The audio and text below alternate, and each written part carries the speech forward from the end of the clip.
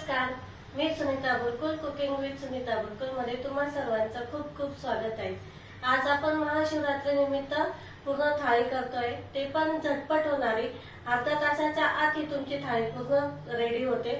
आणि आपण इथे काही टिप्स सांगितलेल्या आहेत, जसं की फ्रेंच फ्राईज साठी मी काही टिप्स सांगितलेल्या आहेत, त्या तुम्ही नक्की फॉलो करा आणि व्हिडिओ शेवटपर्यंत बघा। चला तर मग रेसिपीला सुरुवात करू। इथे मी 2 वाटी साबुदाणा घेते। आपल्या घरामध्ये असतात नॉर्मली वाट्या, त्याच वाट्या घेतलेल्या मी 2 वाटी घेतलेले आहे। आता हे आपल्याला स्वच्छ धुवून घ्यायचं आहे 3 ते 4 पाण्याने।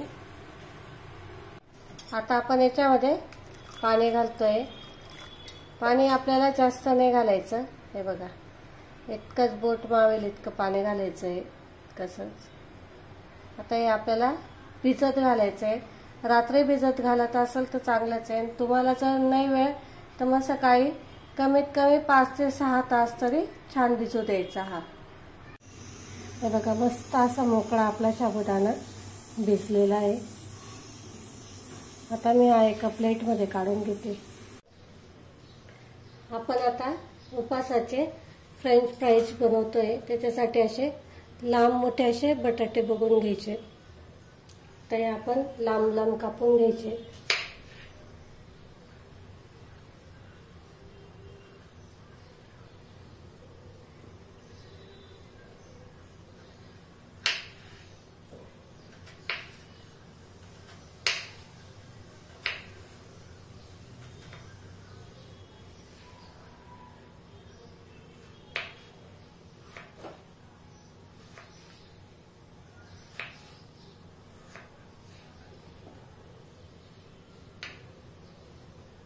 असे लांब लांब कापून घ्यायचे।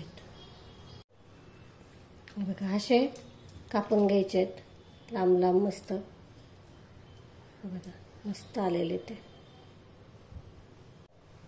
इथे मी पाणी गरम करायला ठेवलेलं उकळायला। आपण याच्यामध्ये मीठ टाकतोय।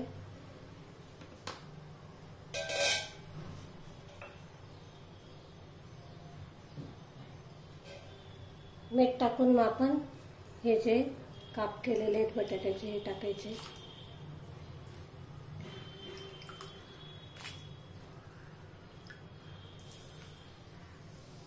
आपल्याला हे 70 ते 80% आपल्याला शिजवायचे, जास्त नाही शिजवायचे। इथे बघा चांगले मस्त असे काप शिजले गेले। आपल्याला जास्त नाही शिजवायचे। आता इथे मी गॅस बंद करते आणि हे पूर्ण थंड होऊ द्यायचंय। पाणी पूर्ण निथळलं पाहिजे त्याच्यातलं।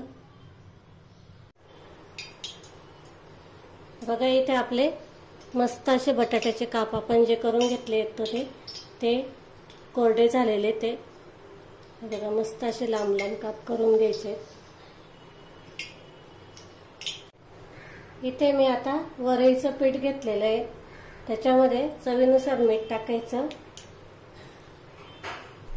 लाल तिखट, थोडं थोडं पाणी घालून याचं सैलसर असं बॅटर बनवून घ्यायचं आपल्याला।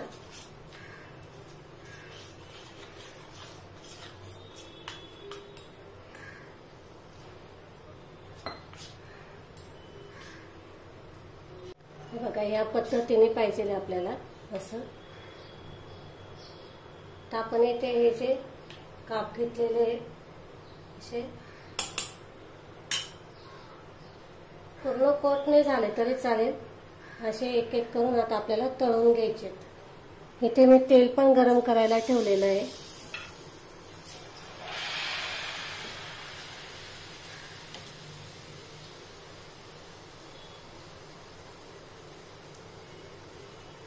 असे एक एक करून तळून घ्यायचे आपल्याला।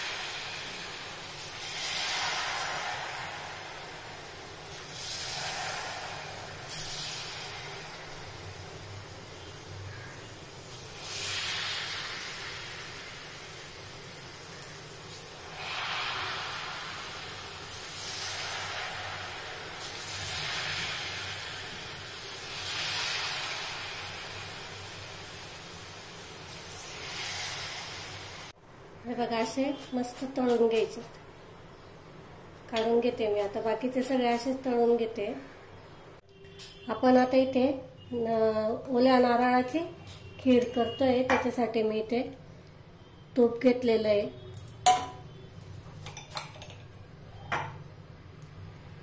तर याच्यामध्ये आपल्याला नारळ भाजून घ्यायचंय.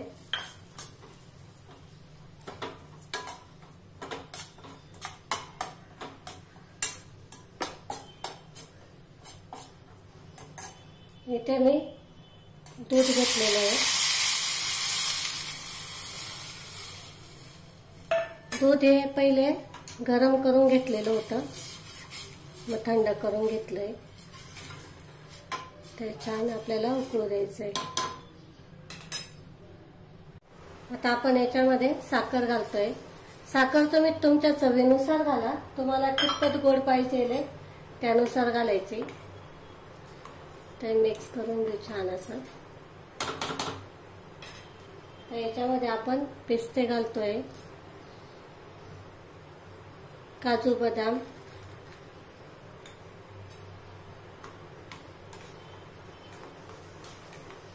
केसर असेल तर केसर घातलं तरी चालेल. त्याच्याने छान असा कलर येतो, केशरी कलर येतो मस्त.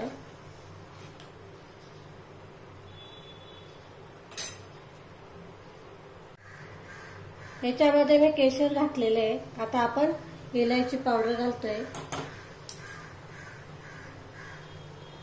बघा इथे आपली खीर पण तयार झालेली आहे.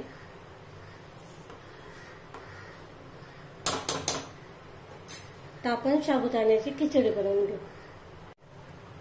आता आपण साबुदाण्याची खिचडी करतोय. त्याच्यासाठी मी तेल टाकते.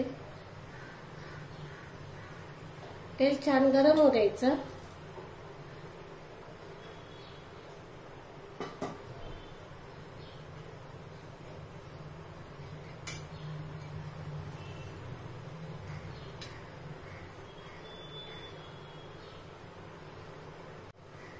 तर इथे मी 4 मिरच्या घेतलेल्या आहे. हे आहेत ना, तोंडी लावायला घेतात आमच्याकडे.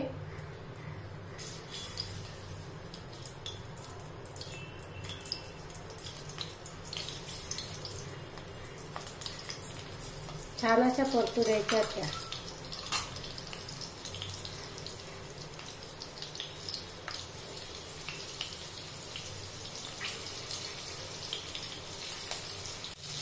बघा इथे या मिरच्या तळून झालेल्या आहे. ते आपण काढून घेतोय.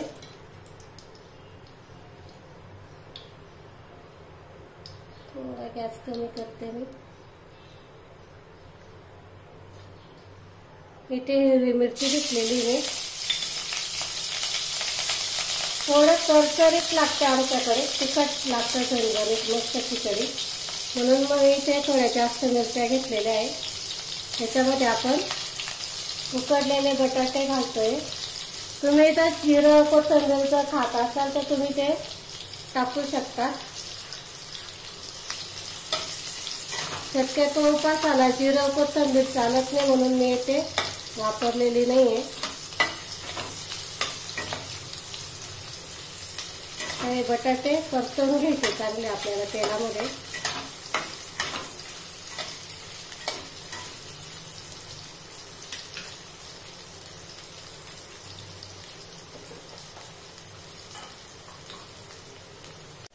आपण साबुदाणा घालतोय.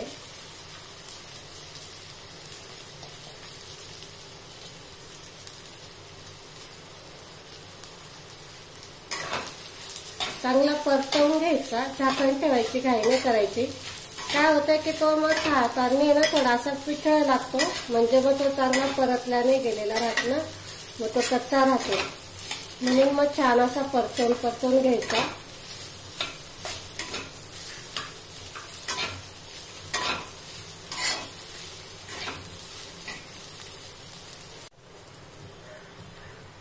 ह्याच्यामध्ये शेंगदाण्याचा कूट घालते मी. भाजलेले शेंगदाणे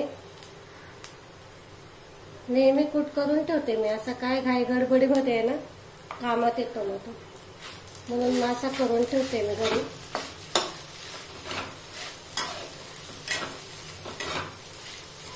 बघू शकता तुम्ही, मस्त असा मोकळा झालेला आहे इथे साबुदाणा. छान भिजवला की मग मस्त होतो. त्याच्यामध्ये चवीनुसार मीठ घालायचं.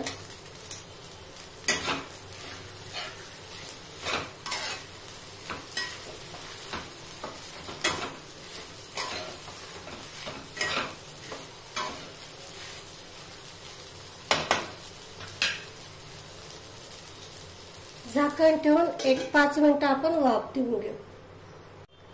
हे बघा, आता इथे आपली खिचडी झालेली आहे. हे बघा, मस्त मोकळी मोकळी झालेली आहे. तर इथे गॅस बंद करते मी आणि आपण आता रताळ्याचे काप बनवू. तर आपण रताळ्याचे काप करतोय. हे बघा, असे पातळ पातळ काप करून घ्यायचे रताळ्याचे. इथे मी 1 चमचा तूप घेतलेलं आहे. आता हे जे रताळे आहे हे आपण याच्यात टाकून घेऊ.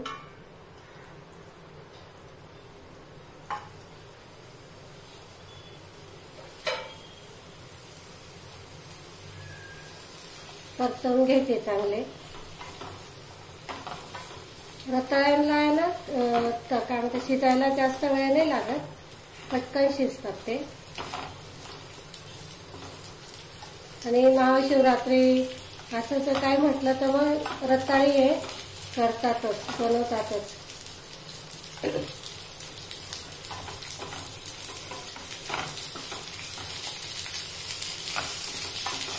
छान परतवून घ्यायचे ते चांगले.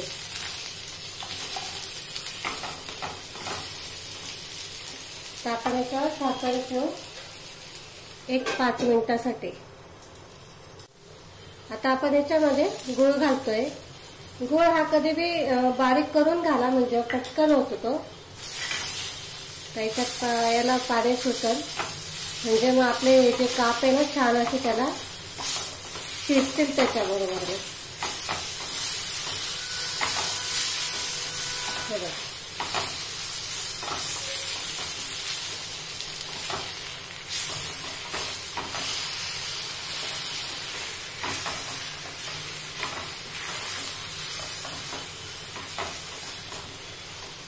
नाही झाले इथे.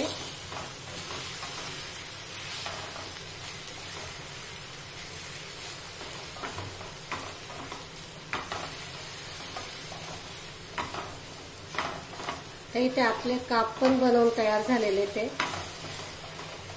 याच्यावरती आपण थोडंसं ओल्या नारळाचा चव घालतोय.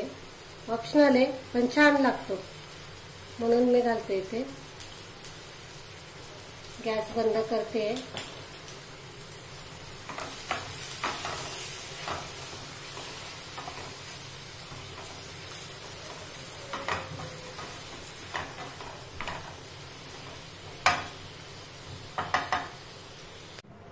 इथे आपण दही घेतलेलं आहे 1 वाटी.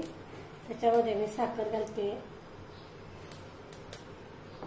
मिसळून घ्यायचं चांगलं, कारण साबुदाण्याबरोबर दही हे खातात. आमच्याकडे खातात, तुमच्याकडे माहित नाही मला खातात की नाही, पण छान लागतं. आणि जर तुम्ही हॉटेलमध्ये जर साबुदाणा खिचडी जर घेतली तर त्याबरोबर दही पण देतात. आपण हे दही साईडला ठेवू. आपण खिचडी घेतोय बघा.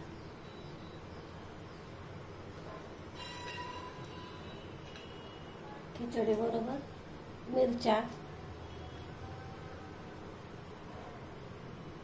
आपण खीर घेतोय. खूप छान मस्त असा सुगंध येतोय खिरीचा पण. झटपट होणारे थाळी दाखवलेली मी इथे कमी साहित्यामध्ये, आणि घरात असतात त्याच साहित्यात दाखवलेले. उपासाची थाळी पूर्ण. तुम्ही यापैकी कोणतेही बनवू शकता, तुम्हाला जे आवडेल ते.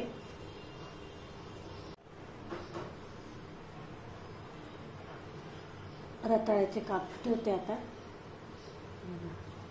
खूप छान मस्त झालेले रताळ्याचे काप. पण त्याच्यावरती थोडंसं ओलं खोबरं,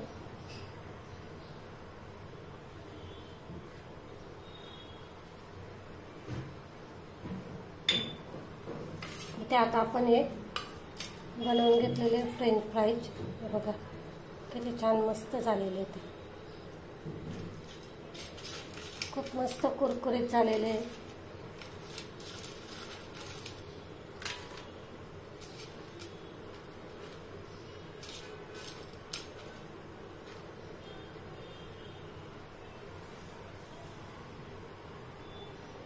बघा इथे आपली पूर्ण थाळी रेडी आहे.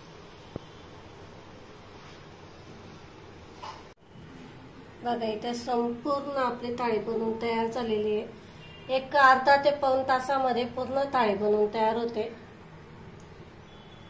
छान बनवून तयार होते. बघा इथे आपली पूर्ण थाळी बनवून तयार आहे. या तुमचं जर एकत्र कुटुंब असेल तर तुम्हाला ही थाळी खूप फायदेशीर ठरेल. आणि जर तुम्ही एकटे असाल किंवा 1-2 जण असाल, आपण 1-2 जण तर उपवास करत नाही, आपल्याबरोबर मुलंही खातात. खास करून खिचडी त्यांना फार आवडते. तर इथे आपण पूर्ण करून दाखवलेली मी तुम्हाला थाळी. तुमचं जर एकत्र कुटुंब असेल तर तुम्हाला फायदेशीर होईल. म्हणजे एक सोडून आपण अनेक पदार्थ करतो, ती रेसिपी केलेली मी. तुम्हाला जर आवडली असेल तर लाईक करा, शेअर करा आणि सबस्क्राईब करायला विसरू नका. आपण लवकरच भेटू पुढच्या रेसिपीला. तोपर्यंत नमस्कार.